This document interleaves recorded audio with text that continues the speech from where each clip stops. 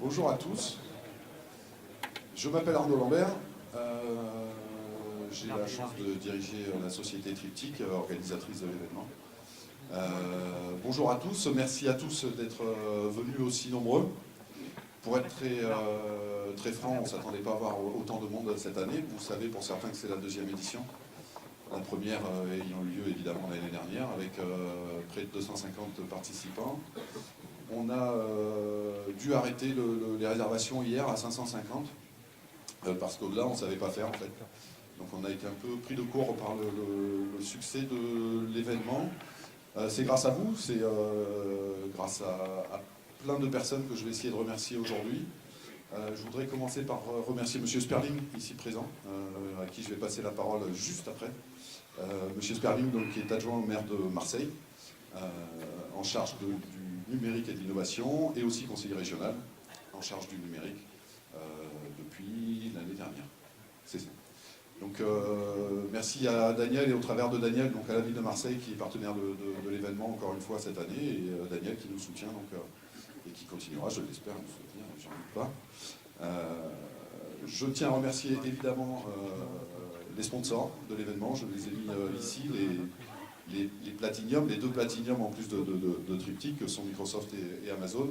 C'est vraiment le point de départ de l'événement, c'est-à-dire que quand on commence à se lancer dans l'organisation, avant de le confirmer, il faut avoir des sponsors, et heureusement, et avec beaucoup de sympathie, donc Amazon et Microsoft très vite nous ont dit allez, on y va. Ça a marché l'année dernière, on va le refaire cette année, et en espérant donc faire du DevOps d'idées un gros événement. Donc merci à tous les sponsors, je vous les décrirai tout à l'heure. Merci aux speakers, parce que c'est ce qui fait la qualité d'une journée comme celle-ci, et je pense que l'année dernière, le succès de l'opération de l'année dernière, et le fait que c'en soit un aussi cette année pour l'instant,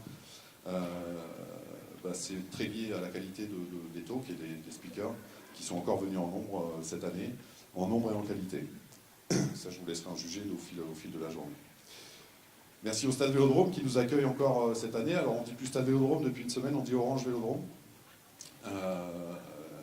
Je tiens, au-delà de l'appellation, à remercier donc les gens qui nous aident au quotidien sur l'organisation, en particulier Xavier Viola. Je ne sais pas s'il est dans les parages, mais vous le croiserez certainement dans la journée. Et le régisseur, donc Romain, qui depuis hier ne chôme pas, je peux vous le dire. On est vraiment pour que tout soit prêt à votre arrivée. Il a fallu mettre vraiment de l'énergie.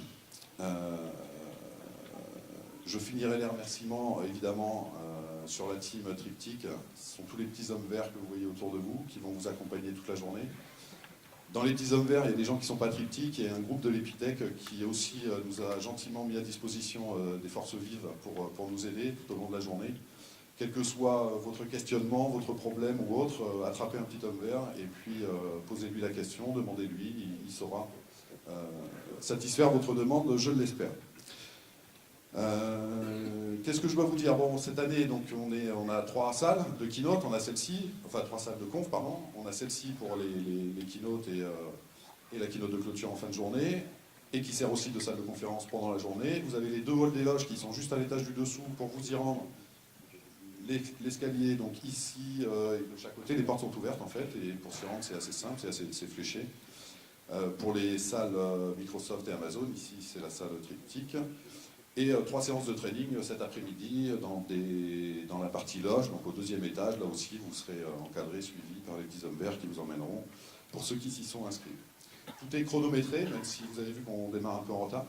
On va essayer de recaler le timing pour que les sessions démarrent bien au bon moment et se terminent bien au bon moment.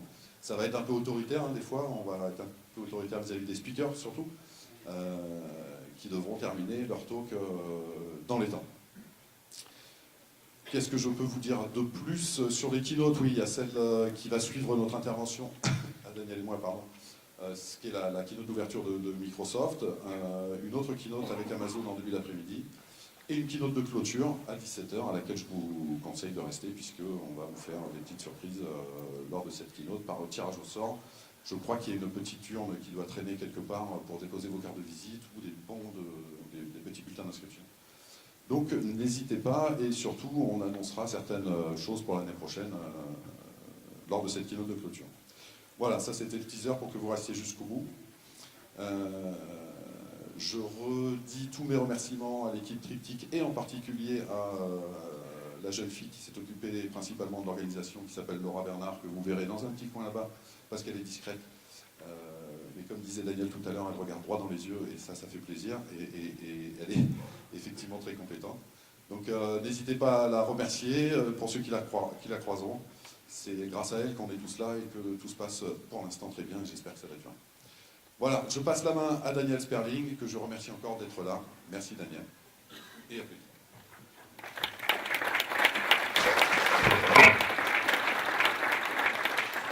Bien. Je vais remettre un peu les micros en place.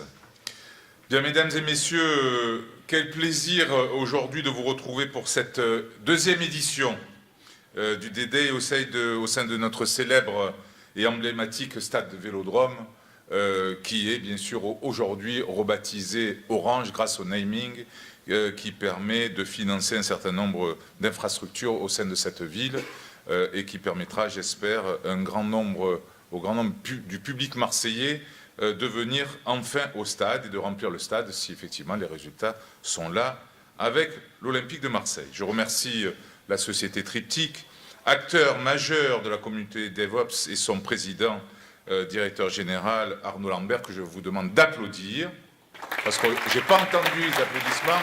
Il est à l'origine, avec son associé, de l'organisation de cette manifestation et de l'attractivité également de cette communauté dans cette belle ville de Marseille, et c'était important de le réussir. Donc merci à toi Arnaud d'avoir réussi aujourd'hui près de 550 personnes, tu le disais, alors que l'année dernière vous étiez 200. Donc, et donc de nous réunir bien sûr tous ici, d'avoir ainsi prouvé que Paris n'avait pas l'apanage des conférences de haut niveau, puisque j'ai bien lu l'ensemble du programme, il y aura de très très belles conférences. Speakers internationaux de grande valeur, grandes sociétés, artisans de solutions informatiques, c'est tout l'écosystème DevOps du Grand Sud qui répond présent aujourd'hui, et ce sans cesse en plus grand nombre. Alors la ville de Marseille, tu le disais, je représente la ville et la région ici, soutient cette journée qui démontre l'intérêt d'une évolution des pratiques pour accélérer la transition numérique des entreprises. C'est pas facile de s'exprimer en ayant trois publics distincts, mais bon, on va tenter quand même de vous regarder les uns les autres. Les éminents professionnels du développement et de l'Ops, la production aujourd'hui présent le savent bien.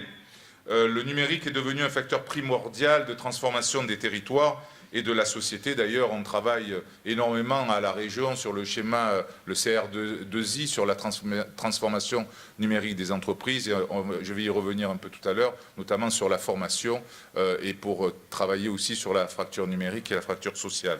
Donc, associant dans un prisme vertueux les citoyens, le territoire et le tissu économique.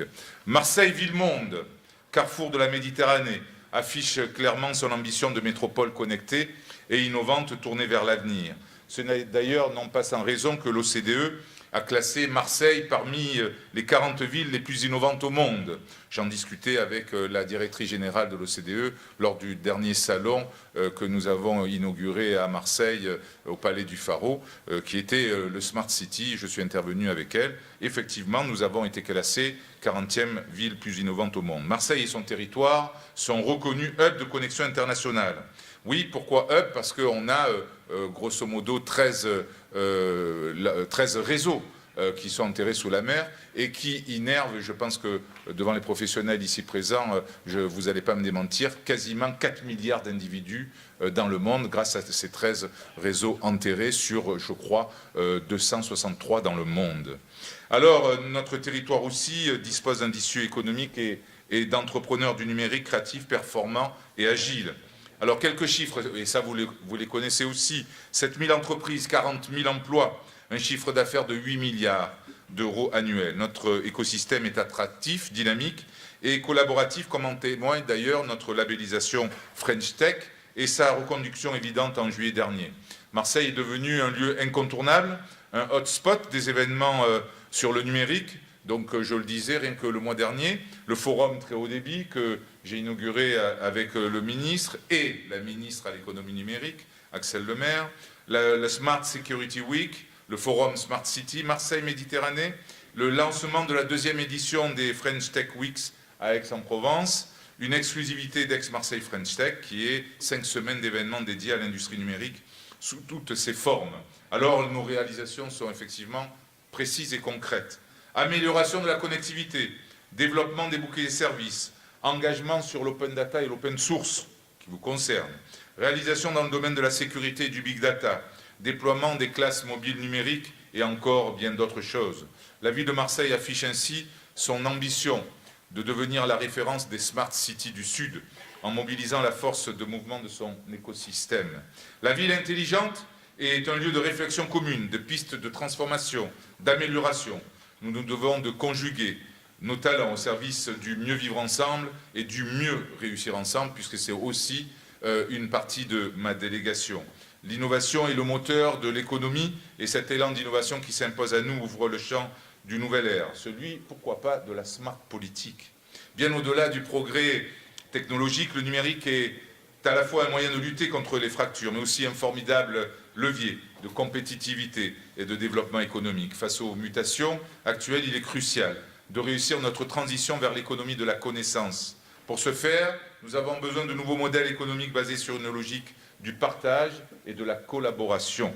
La dynamique territoriale du territoire impulsée par le label French Tech a permis de structurer notre écosystème numérique, de prouver notre capacité secteur public comme secteur privé. D'ailleurs, j'ai vu tout à l'heure comme exposant Jaguar Networks, Kevin Polizzi, qui est à la tête de cette belle société, travaille énormément sur les dossiers de Smart City et de French Tech.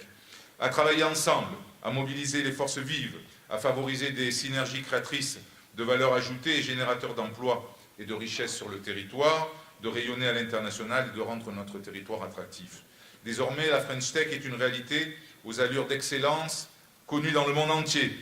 D'ailleurs, nous allons nous rendre au mois de janvier au CES à Las Vegas pour la deuxième fois au nom de la French Tech avec une quinzaine de start-up. C'est une force en mouvement qui rassemble et catalyse tout notre écosystème d'open innovation. Notre dispositif French Tech et sa capacité opérationnelle à structurer et fédérer, polariser les filières d'avenir s'inscrit au centre de gravité de notre développement économique. Ainsi, notre modèle de gouvernance novateur créé à notre initiative avec l'ensemble des partenaires, appuyé par le Conseil territorial du numérique, porte ses fruits. Notre leadership et nos positions gagnées sur les filières d'avenir démontrent que nous sommes tous fédérés en bon esprit, d'intelligence collective, au profit de toujours plus d'attractivité, comme l'est cette manifestation aujourd'hui, de développement économique et surtout d'emploi. Le label French Tech est une bonne illustration de mise en réseau, de savoir et de compétences. Nous avons repensé nos modes d'organisation en passant de la rigidité de la firme managériale à la flexibilité dans un régime d'innovation permanente. Tout un travail qui se met en place avec les startups et aussi les collectivités, comme quoi une collectivité peut devenir agile. En somme, un nouveau type de partenariat. L'exemple du Big Data Cloud, défini comme l'un des 5 domaines d'activité stratégique par la French Tech, est révélateur de l'impact visible sur tout l'écosystème. Ainsi, en matière d'hébergement, de hardware, de software, le territoire regorge de compétences et de réussite. La première localisation de data centers en France, après Paris, Marseille, son territoire, compte 8 data centers. Mais les infrastructures ne sont pas tout quand même. Pour avancer, la technologie doit mettre l'humain au cœur de sa réflexion. Que cette réflexion soit au niveau des collectivités ou de la communauté DevOps, c'est primordial, car avant tout, les infrastructures sont là pour héberger les dockers de demain. Et c'est bien la valorisation de tout cet écosystème qui renforcera notre souveraineté numérique en traitant des sujets comme la circulation des données et du savoir, la sécurité, l'accès au numérique. Le Develop Day s'inscrit dans la démarche du projet de loi qu'a porté Axel Lemaire pour une République numérique. Alors on peut parfois ne pas être d'accord sur le plan politique, mais d'accord sur le fond, c'est ce que je fais en le disant. Elle a porté une belle loi sur la République numérique. Axel Lemaire a fait du bon boulot en tant que secrétaire d'État au numérique. Le DevOps contribue à améliorer la collaboration entre les développeurs et les exploitants pour plus d'agilité, plus de souplesse, plus d'efficacité. Le numérique et les nouvelles technologies bouleversent, je le disais au démarrage, nos modes de fonctionnement, anciennement très cloisonnés, qu'il nous faut maintenant apprendre à envisager de façon agile et collaborative. Pour cette deuxième édition, ce n'est pas un hasard si des sessions training Docker seront proposées, je crois, en exclusivité. En tant qu'outil destiné aux développeurs et aux administrateurs systèmes, Cette solution séduit les DevOps car permet plus d'agilité et moins de ressources consommées. Je laisse d'ailleurs le soin, c'est un des partenaires essentiels de la journée, à Microsoft, de vous le faire découvrir, je crois, après moi. Je les cite, parce que je ne suis pas très précis, moi, en tant que candide, des marches clés et indispensables dans le processus de transformation digitale des organisations. Tous les sujets abordés d'ailleurs aujourd'hui montrent donc à quel point nos deux sphères interagissent. Ce n'est pas un hasard d'ailleurs si j'ai les agents des services de la direction informatique de la ville de Marseille qui sont ici aujourd'hui présents en nombre. Donc je le disais, nos deux sphères interagissent et ce, à travers l'importance justement des systèmes d'information à s'adapter aux produits et services, l'implication du numérique dans les modes de création d'applications et aussi les nouveaux modèles d'organisation à mettre en œuvre, et ce à tous les niveaux. Donc je me permettrai même de qualifier l'approche DevOps de plus philosophique que de pur produit d'innovation technologique, car elle favorise une collaboration plus étroite et efficace. Dans un marché disruptif, la vitesse et l'agilité de l'entreprise sont primordiales. Les entreprises sont de plus en plus tournées vers des DevOps et des architectures à base de microservices pour répondre à ces impératifs. Il en va de la transition numérique des entreprises, je le disais par rapport à ce à quoi nous réfléchissions, à la région, de leur réactivité, de leur productivité, de leur croissance, en permettant à toute une communauté de se rencontrer, d'échanger, de partager. Le DevOps Day aborde tous les thèmes qui révolutionnent les technologies de l'information. Et j'aime bien toujours terminer, parce que ce sera ma conclusion, par une phrase que dit un philosophe. Les chiffres sont des êtres fragiles qui, à force d'être torturés, finissent par avouer tout ce qu'on veut leur faire dire. Eh bien oui, ces chiffres-là disent, Marseille s'affirme en ville de l'ingéniosité. Alors, permettez-moi de vous souhaiter à tous une excellente et fructueuse journée pour cet événement le plus attendu du sud de la France. Je vous remercie de votre attention.